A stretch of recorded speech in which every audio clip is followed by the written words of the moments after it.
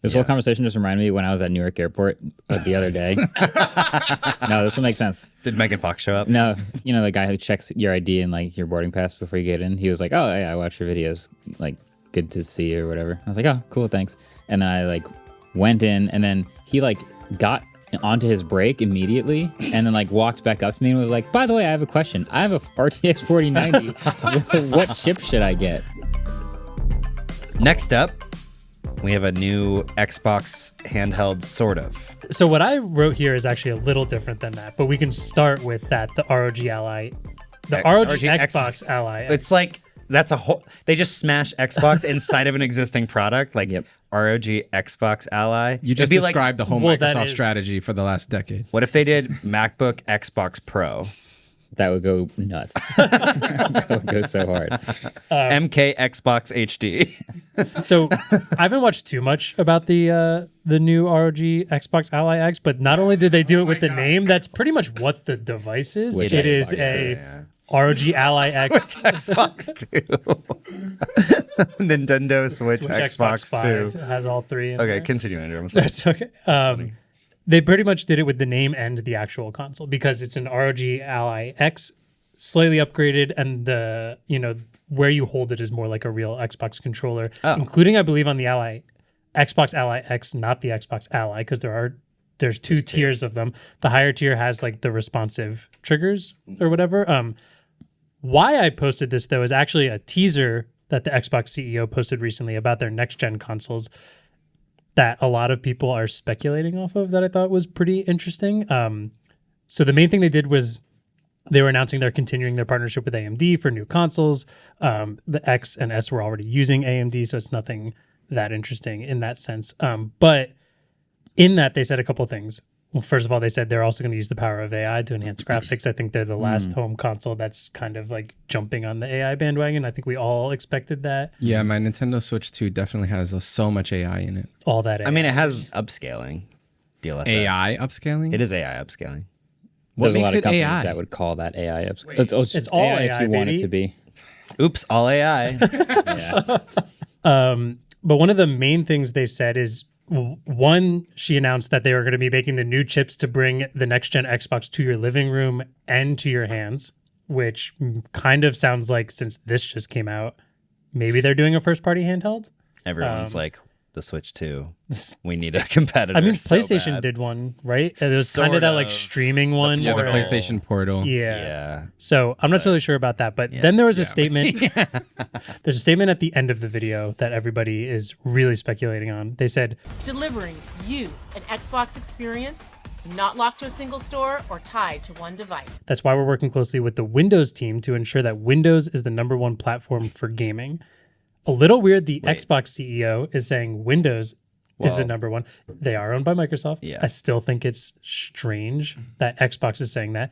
But not being tied to a single store or one device, everyone's hoping that this means the new Xbox is basically a toned-down Windows platform that can run Steam and Epic Games Store, which could be really sick if your Xbox and or Xbox handheld device is running Steam The games. dream of the Steam PC is alive and well, I see. Yeah, the like hybrid PC console. I also got to say, so Dave 2D did a video recently. Yeah.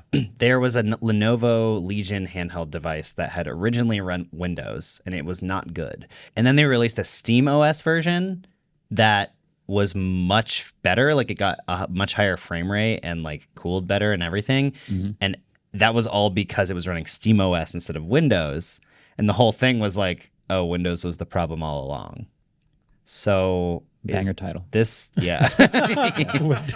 Is this really a good idea? Maybe if they're focusing more on it and creating it into it. I mean, I guess it's not only the handheld. I think more people are excited about an Xbox console being able to play Steam games, which is a speculation also. That'd be great. Now. That would be awesome. But also then what would be the value of the Xbox store? You know what I mean? Well, there's still Xbox exclusive games that aren't on Steam. So you have both. You just have more choices now. That's about all we have because we are definitely not the bastions of console gaming. Yeah, we're not the gaming, except for the Nintendo Switch 2. Everyone comes to us for Nintendo Switch 2 news. So. I want to do just planting the seed for the future. I'm reading about this AI upscaling DLSS stuff right now, and I'm kind of curious. Like the whole idea that like you load lower resolution files into your memory to save motherboard bandwidth, knowing that your GPU can upscale them with machine learning when they become like close to the player, like that doesn't make sense to me. Like how can a graphics card be that fast that it beats out motherboard bus speed? Well, I think it's or like memory read speed, you the know, like upscaling is faster than loading higher resolution assets or something. I know, but doesn't that just feel wrong coming out of your mouth? I don't know. I mean, maybe it's just me.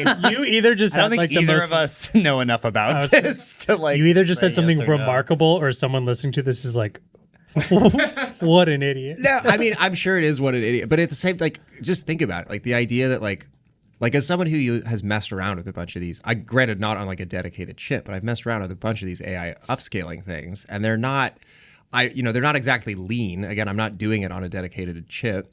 And the idea, we're doing this on a Mac Studio, which is essentially a big giant bus city, with these like super fast memory read and write speeds and buses between everything. So I'm just like, damn, were we really at that place where I know that it's more efficient? a lot of the drama around the new NVIDIA cards was that they're not actually that much faster. They just did a lot more AI upscaling. Okay. Right. Well, either way, if you are the kind of person watching this who knows how stupid what I just said is, write to me, and we'll talk about it. You're going to get tweeted out a lot this week. I love it. Yeah. Good. If I had to guess without getting piled on by how wrong I am, We're all going to get punished. Everyone get your fingers ready to type.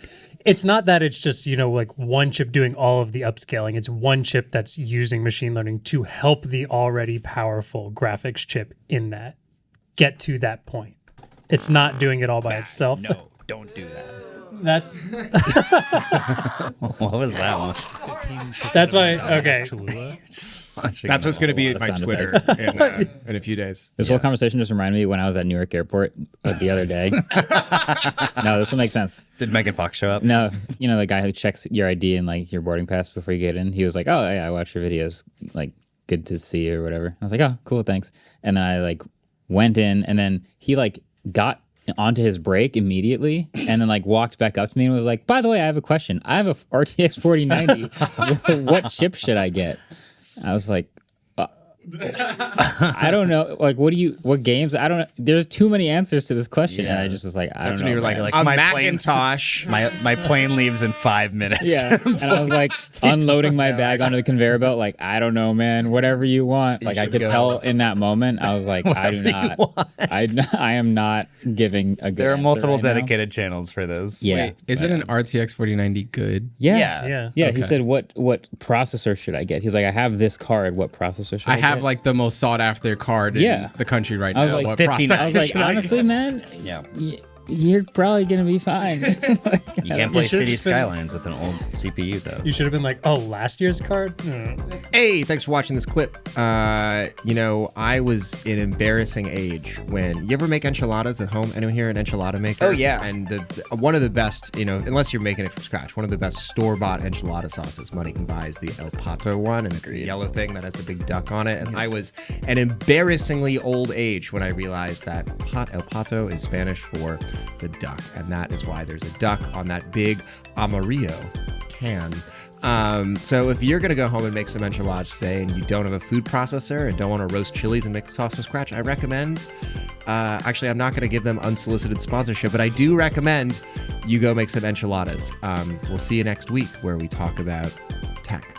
Dude, the El Pato Like and sauce. subscribe also. Oh, thanks Andrew. Like and subscribe with your enchiladas. The El Pato sauce was elite.